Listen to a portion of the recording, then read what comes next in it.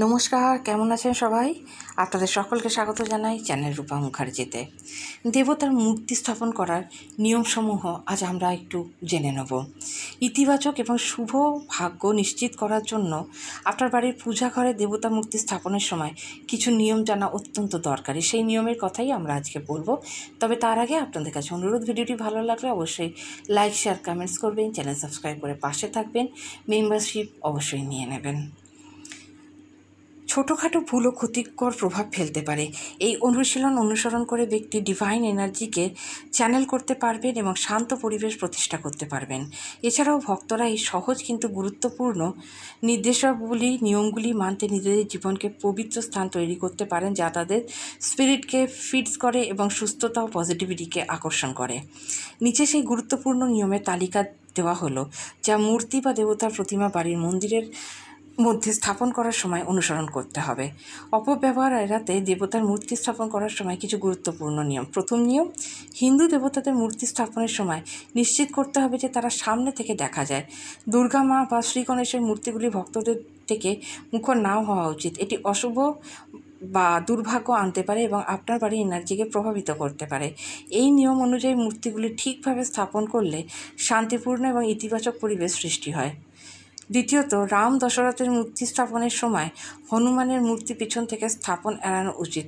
হনুমানের মূর্তিকে এইভাবে স্থাপন করুন যাতে এটি প্রার্থনাকারীর দিকে মুখ না করে। এই সহজ ভুল এড়ানো যায়।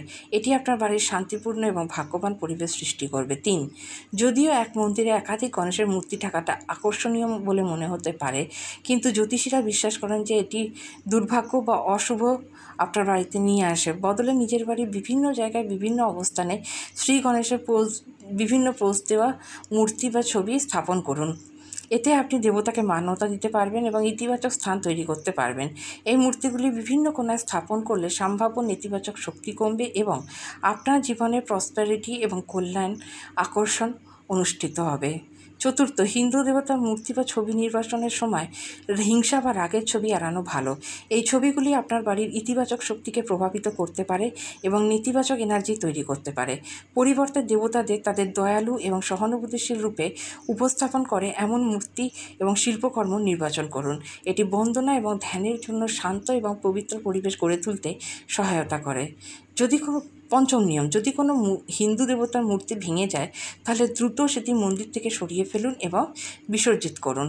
এটি সম্মানের চিহ্ন বলে মনে করা হয় এবং এটি আপনার বাড়ির ইতিবাচক এনার্জি বজায় রাখতে সহায়ক হয়।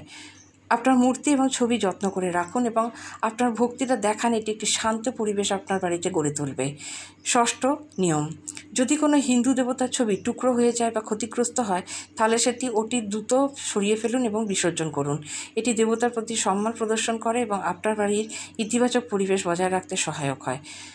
আপনার কাছে থাকা দেবতার ছবি এবং মূর্তি যত্ন করে রাখলে এটি ধৈর্যশীল ও শান্ত পরিবেশ গড়ে তুলতে সহায়ক হবে, যা বন্দনা গ্রহণ এবং ধ্যানের জন্য আদর্শ। কেমন লাগলো আজকের ভিডিওটি অবশ্যই জানাবেন। আজকে এই পর্যন্তই, দেখা হচ্ছে পরের ভিডিওতে। চ্যানেল সাবস্ক্রাইব করতে ভুলবেন না। ধন্যবাদ, নমস্কার।